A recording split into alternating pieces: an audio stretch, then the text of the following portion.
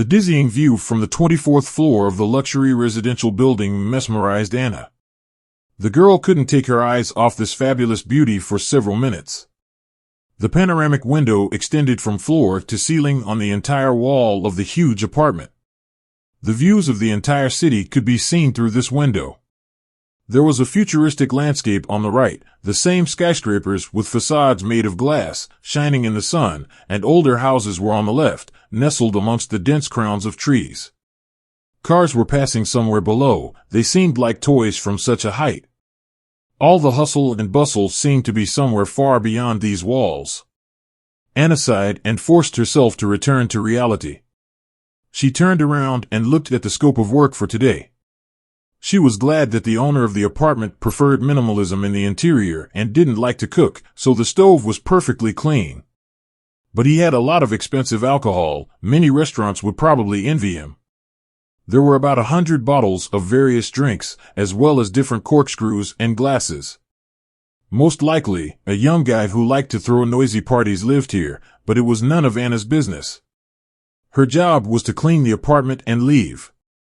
She had been working at the cleaning company for only 2 weeks and had not yet gotten used to the environment of luxurious apartments and houses. Jessica's relative helped her to get a job there.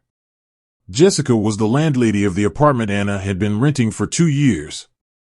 This elderly woman saw this pretty 19-year-old girl who had come from a small village to the big city, and at first, she felt distrust and even contempt for her.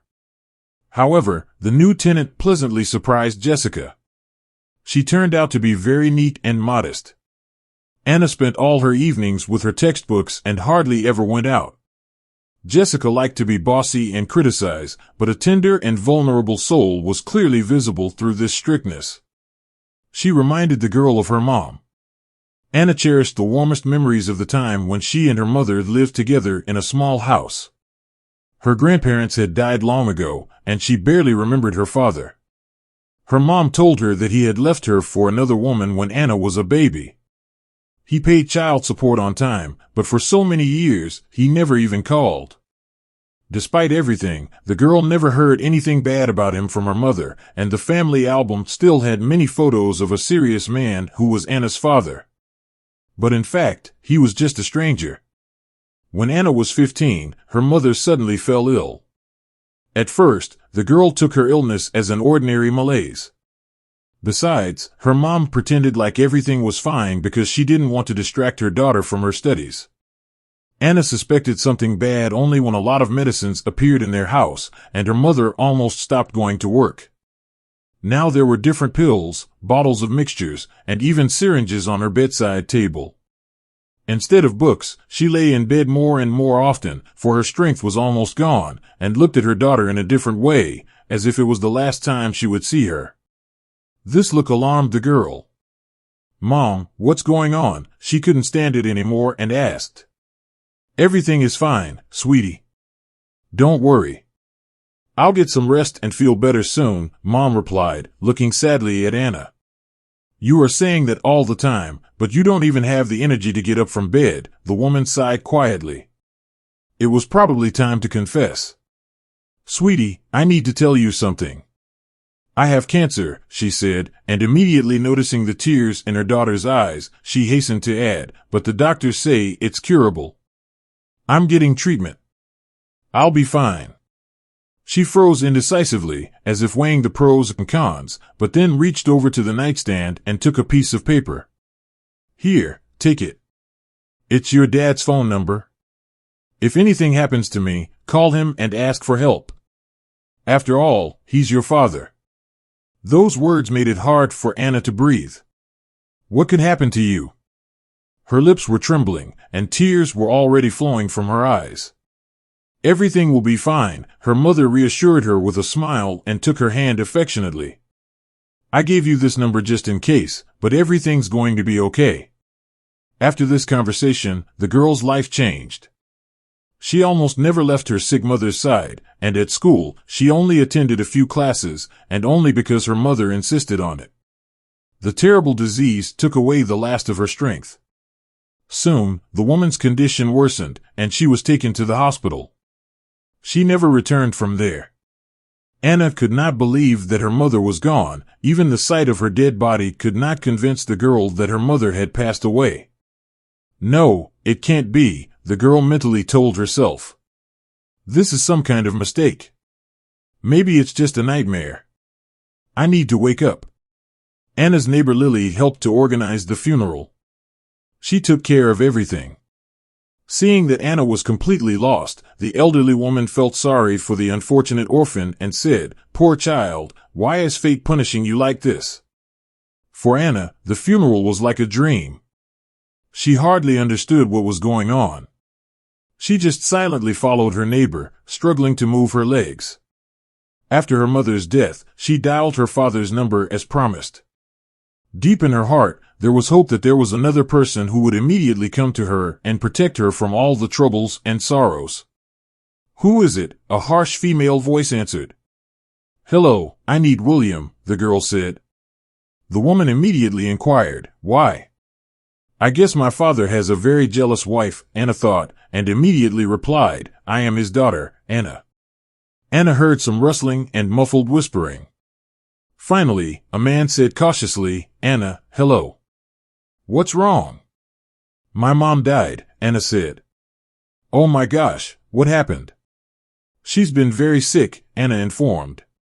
She didn't want to give any details now because she could literally feel her father's wife listening curiously to their conversation. "Should I send you some money?" Anna's father asked. That was not what the girl expected to hear, but she decided to fulfill her mother's last wish. "My mom said you could shelter me so they wouldn't send me to an orphanage." The man fell silent, but Anna could hear some whispering. The woman was indignant. "Are you out of your mind? Tell her we don't have enough room for her." The man finally spoke. "Anna, how can I shelter you? I have 3 children. Let me handle my work stuff, and then I'll come and visit you. Do you have the same address?" These words struck the girl in the heart. It turned out that he did not consider her his child.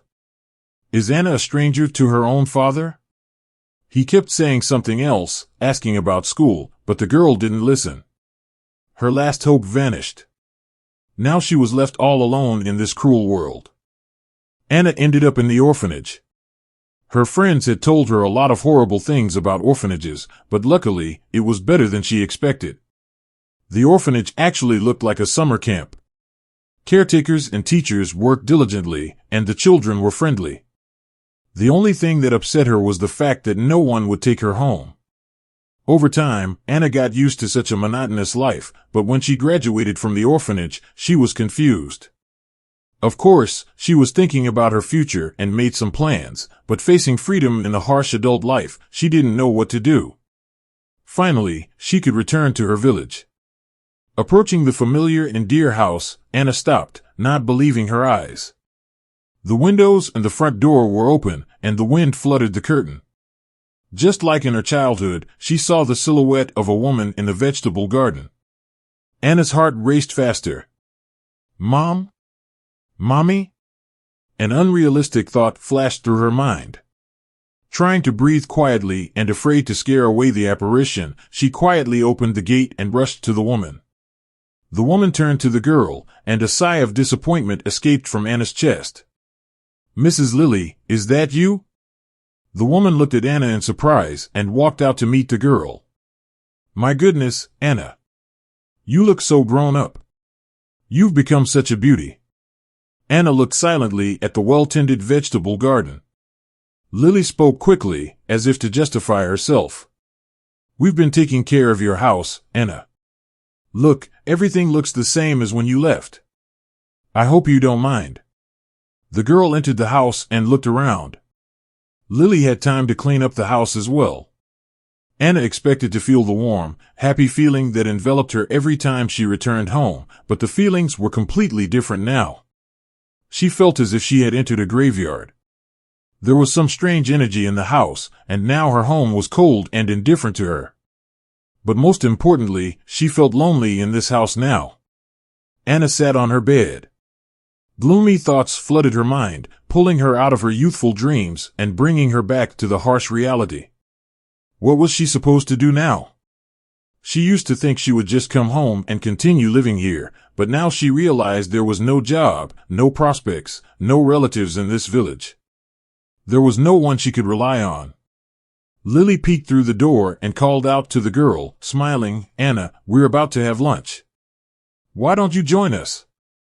Lily treated Anna like an important guest, fussing around her. Anna realized what her neighbor needed, so when the woman cautiously mentioned selling the house, the girl didn't hesitate. "Yes, of course, I agree to sell it to you. I want to get away from here."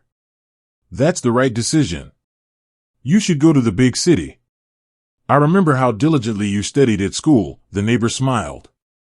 Lily helped the girl prepare the necessary paperwork for the house surprisingly quickly. She just wanted to become the owner of this house as soon as possible, and Anna signed everything without hesitation. She didn't even care that Lily offered less money than the house was worth.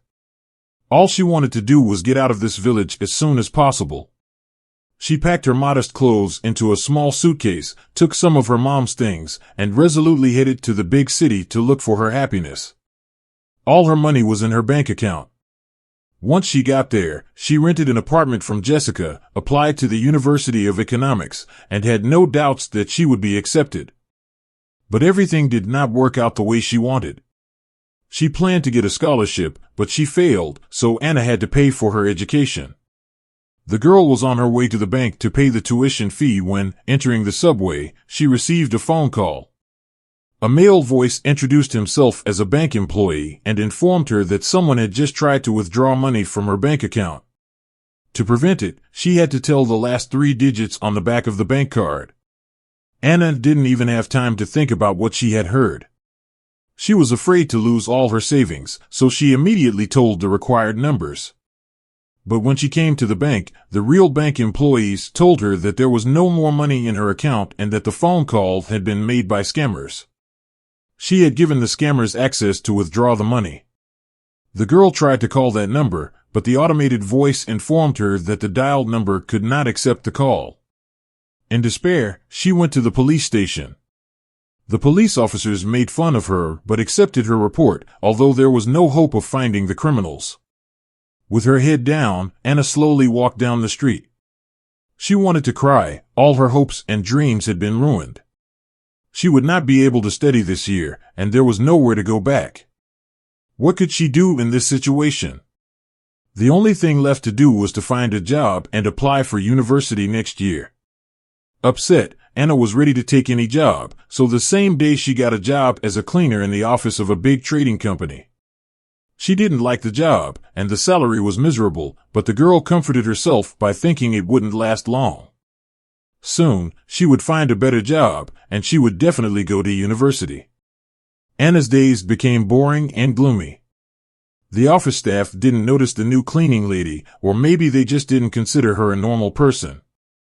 Everyone was busy with their own work and their own problems.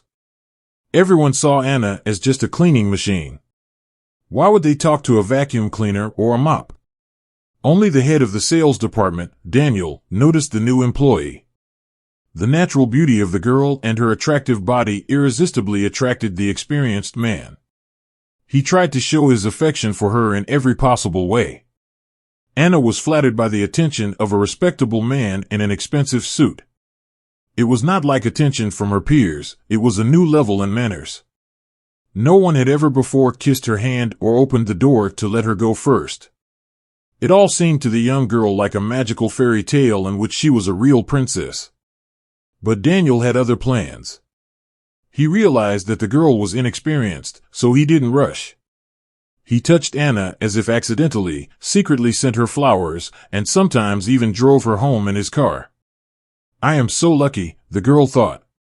"My mom would definitely like Daniel." In the office, the young man behaved restrainedly. Anna realized that he was the boss and that showing his feelings at work was not appropriate. But in private, he kept talking about his love and hinted at some important things that they had to do.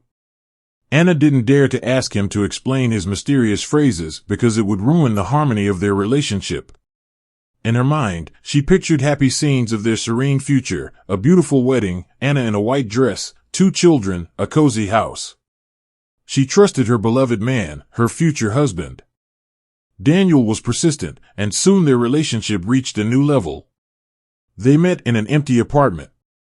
The naive girl was sure that Daniel lived there, even though the boring interior didn't have any photos or personal belongings, just the most essential pieces of furniture and an always empty refrigerator. But the time spent with her lover seemed magical to her. Daniel embraced her and whispered what she wanted to hear, that he loved Anna, that he had never loved anyone else so much, and that he didn't want to part with her. Anna naively believed every word. The whole world had turned into pure love, everything else seemed unimportant. And so, a few months passed. For the fourth day in a row, Anna woke up feeling nauseous. There was no point in thinking it was stomach problems. The premonition of some happy changes cheered up the girl. A medical checkup confirmed her suspicions. She was 6 weeks pregnant. Leaving the hospital, Anna stopped trying to come to her senses. She had to tell Daniel the good news immediately. He would be so happy. Finally, they didn't have to hide their relationship anymore, and they could finally get married. He had been hinting at it for a long time. It seemed as if the whole world was rejoicing with her. The sun was sending Anna its warm rays to kiss her face, and a light breeze gently stroked her hair. Anna burst into the office of the father of her future baby. She had never done that before. Daniel raised his eyebrows in surprise and asked, "What's wrong?" "We agreed to meet tomorrow." Anna couldn't control her emotions. A smile lit up her face, and her eyes shone like stars. "Daniel, we're going to have a baby." The doctor confirmed it. Seeing the puzzled look on Daniel's face, the girl thought that she had expected a completely different reaction. "Anna," he began slowly, carefully thinking over each word, "you see, I didn't plan anything like that." "But you said you loved me and wanted to be with me," Anna replied in confusion. The man fell silent, trying to find the right words. The girl didn't understand anything. He had repeatedly hinted at a family and a wedding. What could have gone wrong? "Tell me honestly, do you love me?" she asked. "I do," Daniel hesitated, "but children were not part of my plans." "I'm married." "I'm sorry." Anna couldn't believe it. "What? What are you talking about?" she whispered. She sat down on the chair to keep from fainting. Now some little things about his behavior that had previously confused the girl became clear to her. "Why didn't you mention this before?" "I thought you knew," the man replied. "I thought everything was clear between us." He was silent for a while, trying not to look at Anna. Then, decisively, he pulled some money out of his wallet and placed it on the table in front of her. "Take it, for the pregnancy, and buy yourself something nice." Anna stared at the money, unable to utter a word. She had given Daniel herself, both soul and body, but he just gave her a few banknotes, trying to get rid of her. Is this all his love? She wondered. Anna couldn't see him anymore. Daniel suddenly became so disgusting. She ran out of the office, away from the liar for whom only money and his own desires existed. Jessica met Anna at the entrance to the building and worriedly tried to find out what had happened, because her anxious look frightened the woman. But Anna couldn't say a word. She went home and cried until morning. Her heart was broken by the betrayal of the man she trusted. She wanted to fall asleep and never wake up again. But early in the morning, the rays of the merciless sun forced Anna to open her eyes, swollen with tears, to get up and go to work again, to solve her problems, and to go on with her life. But the security guard at the entrance of the office building stopped her abruptly. "Please go to the HR department. They are waiting for you there." The girl was surprised, but went straight to the HR department. A fat lady in glasses saw her and asked indifferently, "Are you here to write a letter of resignation?" Anna was shocked by the unexpected question. "I don't know. The security guard told me to come here." "Are you Anna?" "That's right. The boss told me to fire you and give you the last paycheck." "No, there must be some mistake. I don't know the details. He only said to do it as soon as possible." The girl was completely confused. With indignation, she said, "I'll go to Daniel now and find everything myself." The HR manager took off her glasses and began to wipe them. Then she looked at the confused girl and said quietly, "Sweetie, Daniel will not help you. He is the one who told me to fire you. So get your paycheck and find a better job." At home, Anna collapsed on her bed and cried again. Her life was over. Her beloved turned out to be not only a traitor and a liar, but also a bastard. What was she supposed to do now? She had no job, no education, and no money. Moreover, she was pregnant. Jessica's voice came from behind the door. "Anna, why don't we have some tea?" The girl suddenly felt exhausted and thirsty. Her throat was dry. Shaking with dizziness and clinging to the walls, she walked to the kitchen and sat down on a stool. Jessica was already waiting for her with a homemade cherry pie and 2 cups of herbal tea. She silently placed a large piece of pie on Anna's plate. This gesture reminded Anna of her mother. She covered her face with her palms, cried loudly, and told Jessica everything. The woman only sighed heavily. "What a bastard," Jessica said at the end of the story. She came over and sincerely put her arms around Anna's shoulders. Then she looked into Anna's eyes and asked seriously, "I hope you're not going to terminate your pregnancy." "I don't know," the girl whispered. She didn't want to lie, but she couldn't make a decision. "Don't even think of it," the woman told her. "It's your baby. You have to keep the baby, otherwise you'll regret it for the rest of your life." Anna thought about having a baby. Until now, it was just a simple fruit of love, an accidental fusion of male and female cells. She had not yet thought of it as a person who would grow and develop inside her. She imagined a baby with arms, legs, and a funny face. She put her hand on her stomach as if trying to feel her future baby. Motherly love was awakening in her. In the morning, Jessica knocked on Anna's door and, without waiting for permission, opened the door. She walked to the window and opened the thick curtain. "Why are you still in bed? Go for a walk, it's good for you and the baby," she commanded loudly. Anna wasn't even mad at Jessica. She knew that the woman wished nothing but the best for her.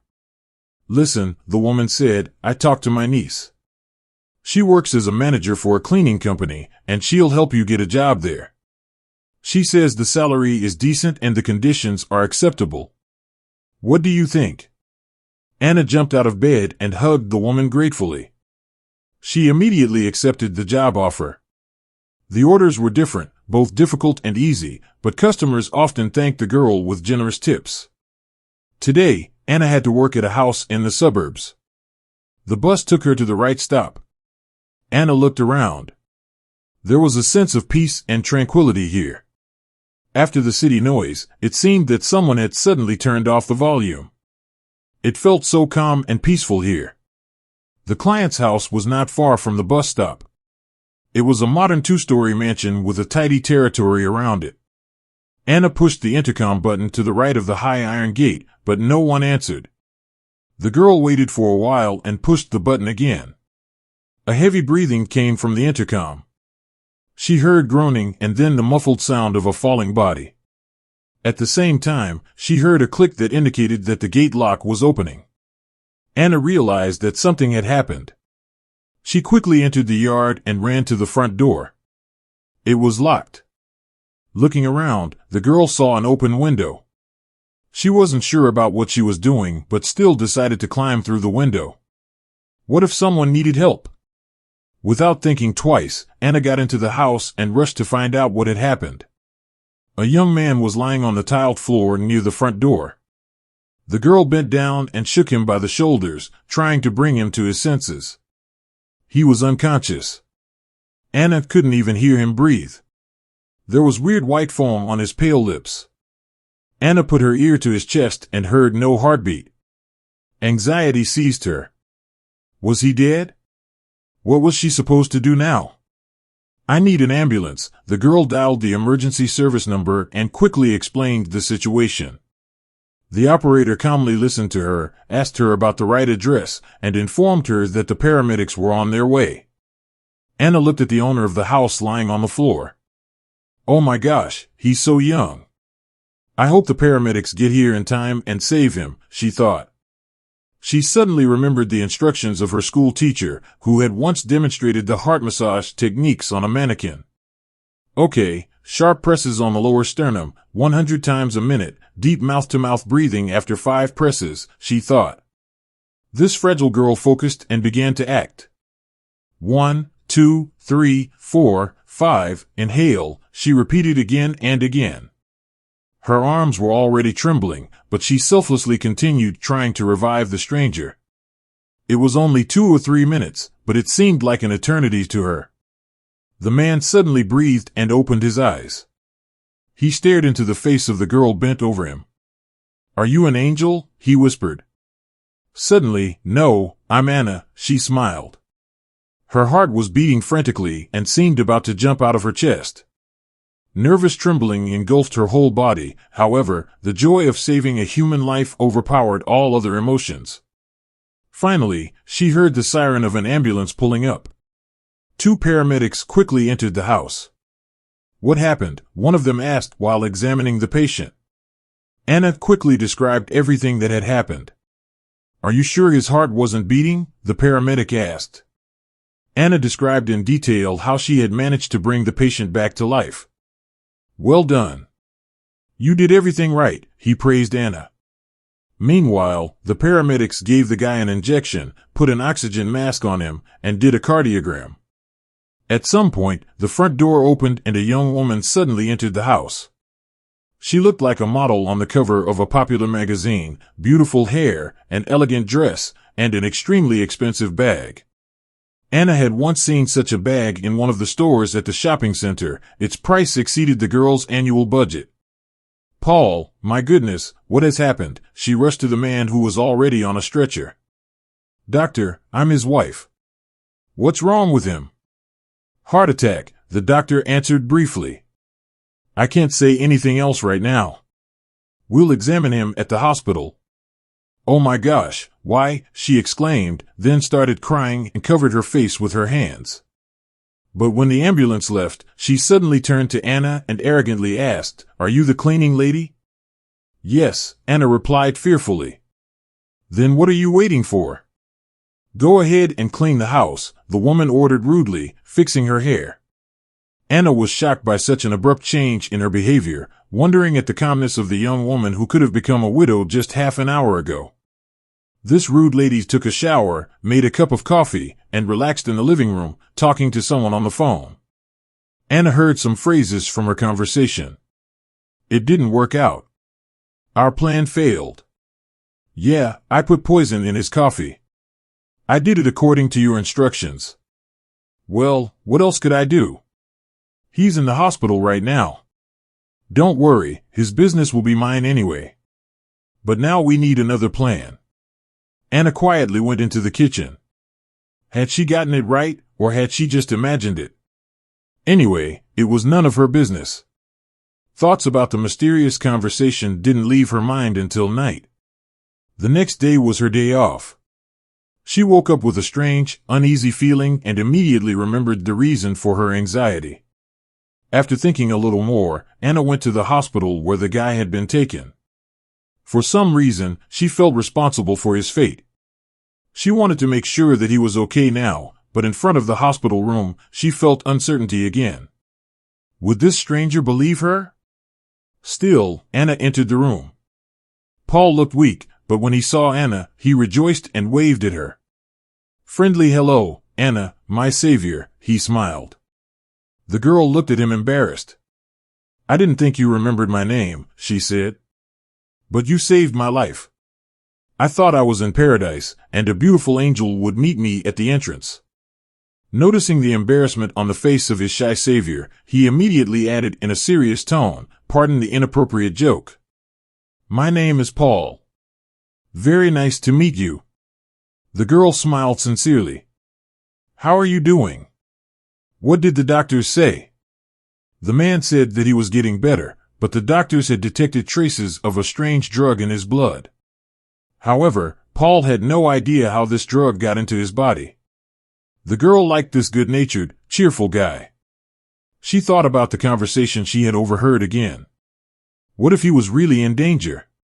Anna realized that she would never forgive herself if something happened to Paul.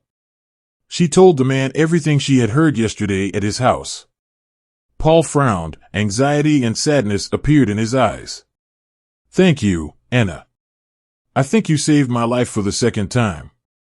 It seemed to Anna that Paul wasn't surprised. 2 years ago, he couldn't even think that such a thing was possible. Paul fell in love with beautiful Regina at first sight.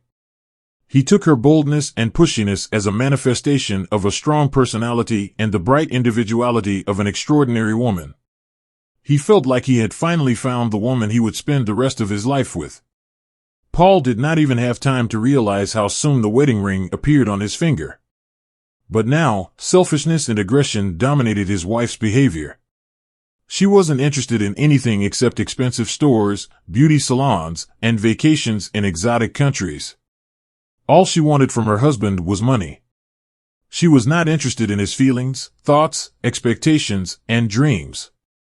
Regina didn't want to hear anything about children. She didn't want to get fat, otherwise her new swimsuit would look bad.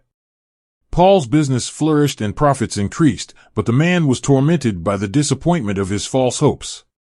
The beauty of his wife no longer evoked in him the same emotions, and his mansion had not turned into a cozy family home full of love and warmth.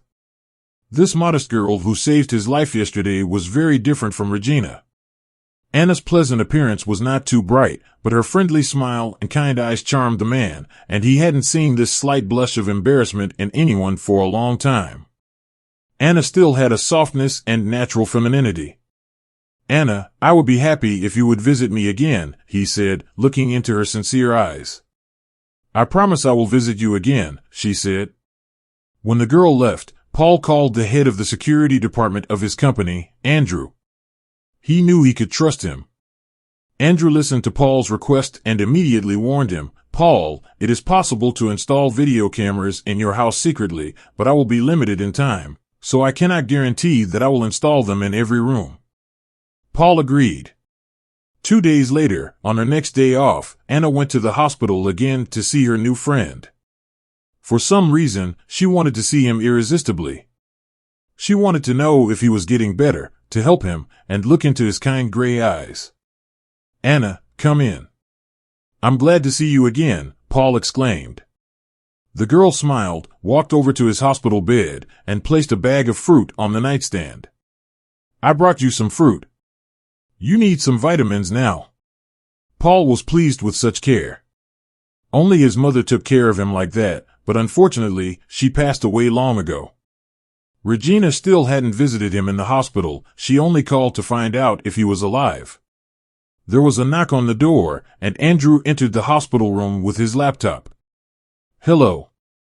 Here, there's only one videotape so far. Take a look." "Paul, Anna, excuse me, don't leave, please." "I'd like to talk to you some more," Paul asked. The girl smiled and sat down next to his bed while Paul turned on the laptop and watched the short video. The laptop screen showed his wife letting some young man into the house. It was clear from their kisses and hugs that their relationship was serious. Regina took the young man into the bedroom, and about an hour later, her lover left the house. Paul took a closer look at him and exclaimed, "Well, it makes sense now. I know him. This is Daniel. He works for my competitors. They wanted to purchase my business, but I refused." Anna flinched hearing this name and involuntarily looked at the screen. "I know him too," she said quietly and sadly. Paul looked at her in surprise. When his faithful friend Andrew left, he asked, "Would you like to tell me?" For some reason, Anna trusted the man she had met only a few days ago and told him everything. And she didn't want to leave his side ever again. Anna's story was very trivial, but Paul felt truly sorry for this naive girl. That bastard Daniel acted very cruelly towards her. The chance to meet such a sincere girl is extremely rare, and Paul didn't want to miss this precious gift of fate. He pulled the girl closer and let her cry on his shoulder. Paul didn't wait for any additional evidence of his wife's infidelity. He immediately filed for divorce. Regina filed a lawsuit for the division of property. On the appointed day, Anna came to court to morally support Paul. He was still weak after the poisoning and said that her presence helped him feel better. Over the past weeks, they had become very close to each other. They could talk for hours about everything. Their communication was sincere and relaxed, and neither of them wanted to part. Anna realized that this man had become very dear to her, but she was afraid of this feeling, for she was afraid of being deceived again. Several people were already waiting in the courtroom. Regina was sitting there, looking triumphant. Daniel was sitting nearby. He was surprised to see Anna, but Paul was happy to see her. He waved at her and invited her to sit down.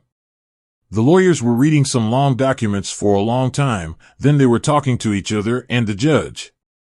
Anna didn't understand much of what was going on, but she guessed that Regina wanted to get half of her ex-husband's property and business, and Daniel was trying to help her do it.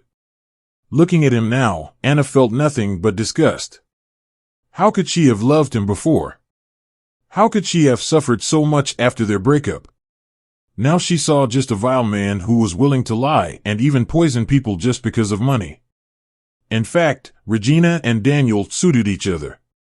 After everything that happened, Regina still dared to claim the property of her husband, who earned it all with his intelligence and hard work. The judge suddenly asked if anyone wanted to make any comments on the case. Anna raised her hand decisively. "I'd like to add a few words." The judge was surprised, but allowed the girl to speak. "I would like to say that Regina has no right to Paul's property. She cheated on her husband with this man," Anna pointed at Daniel. "This man is a liar and a scoundrel. He deceived me and left me pregnant, and then started a relationship with his competitor's wife to get his business." Everyone fell silent. Daniel pretended that Anna was not talking about someone else, not about him, but Regina looked at the girl with eyes full of hatred. Only Paul couldn't take his admiring gaze off Anna. This shy girl had dared to do such a brave gesture for his sake. The judge asked Anna in a tired voice, "But what do I need this information for?" Anna quietly pinched herself, trying to calm down, to see their true faces and make the right decision. She muttered quietly. The judge slammed the folder shut and pronounced, "The court retires in the deliberation room to make a final decision." Paul walked up to Anna and hugged her gently. The girl was about to cry. "I'm sorry, I must have ruined everything," she whispered. "No, what are you talking about?" the man exclaimed, looking her straight in the eyes. "I just realized what an amazing girl you are. I love you, and I will be happy if you agree to be my wife." Anna could no longer hold back her tears, but now they were tears of happiness. She hugged the man tightly, closed her eyes, and whispered, "I'd be happy to be your wife. I love you too." Paul was not worried about the court's decision. Regina knew a lot about the fashion industry but didn't know anything about jurisprudence. She was sure she'd get everything she wanted, and she'd probably already convinced Daniel of that. However, she didn't take into account the fact that when she married Paul 2 years ago, Paul already owned the company and the real estate. In other words, all of Paul's assets were obtained before the marriage. Everything belonged to him by law, and there was nothing to divide. Therefore, he generously allowed his unfaithful ex-wife to keep all the gifts that he gave her, but nothing more. A month later, Paul and Anna got married and were looking forward to the birth of their baby. But one day, Regina unexpectedly showed up at Paul's office. She came in a sexy dress and with bright red lips. "Hello, my love. How are you doing?" she said, trying to sound sexy. Paul only grinned, looking at his ex-wife's pathetic attempts to seduce him. "Everything is going great without you," he said, not hiding his annoyance. Regina continued her speech. "Look, things didn't work out well for us. I've wasted almost 3 years of my life with you but ended up with almost no money." Paul was shocked at her insolence. "Be grateful I didn't go to the police." "Come on, I didn't do anything wrong," Regina said in an innocent voice. "Besides, you took all the stuff and jewelry I gave you. Oh, and what about a brand new car? Doesn't it make you happy?" Paul said the woman could hardly control her emotions. Anger overwhelmed her. "Honey, my car needs to be fueled and washed, and it requires money, she said. At first, Paul wanted to ask why her lover wasn't supporting her, but he decided not to hurt her even more. He already knew that right after the divorce, Daniel had disappeared from Regina's life forever. Snap, maybe you should finally start thinking about getting a job, Paul asked. Regina's patience was running out. Her attempt to evoke compassion in her former husband failed, but she tried to continue the conversation calmly. That's exactly why I'm here. Give me a job, please. We don't have any available positions right now, the man replied confidently.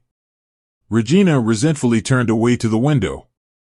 But actually, I can hire you as a cleaning lady, Paul suddenly said. Are you kidding me? Are you trying to humiliate me? The woman instantly got mad.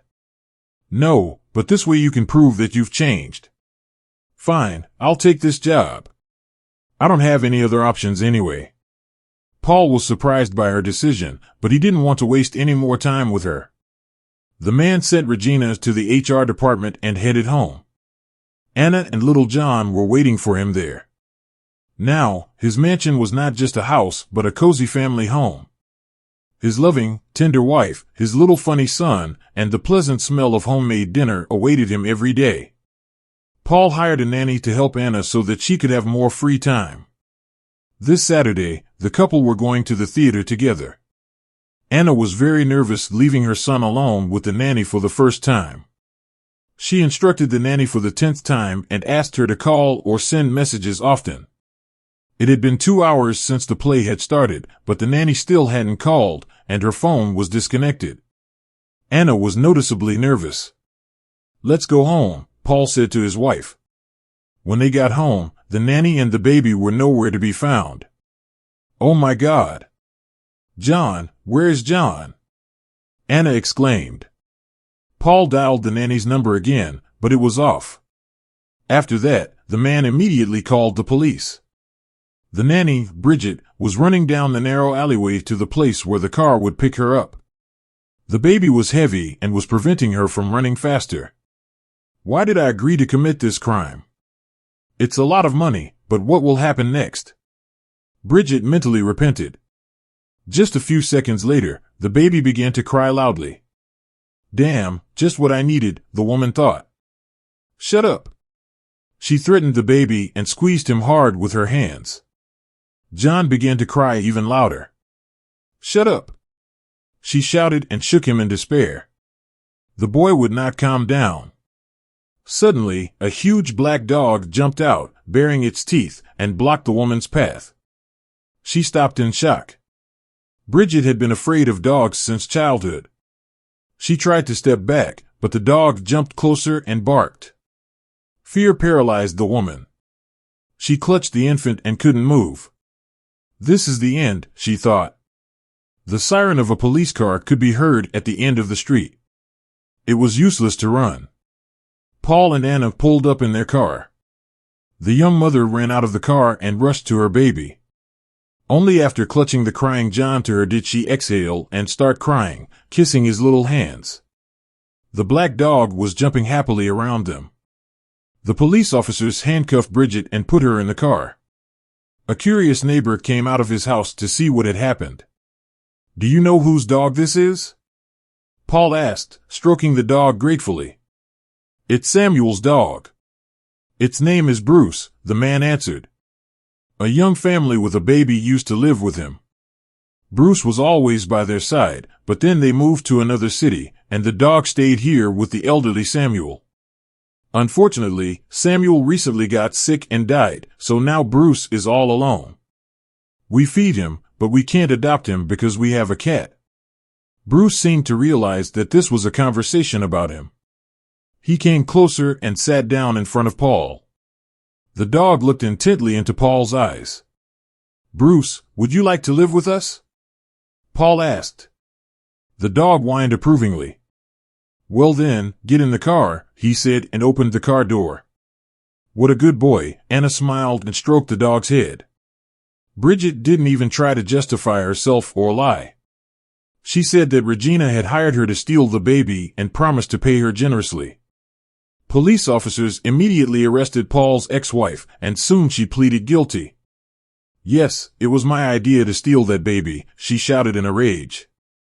"I only wanted justice. I've wasted so many years, but I don't have anything else besides expensive clothes and diamonds. I'd give them the baby back, I just needed the money." She panicked and even confessed that she had tried to poison her ex-husband and said it was the idea of her lover, Daniel. Now they were facing a significant jail sentence. Paul went down to the kitchen. Soft music was playing there, and Anna was cooking something for dinner. Paul approached his wife from behind, gently embraced her, and kissed her neck.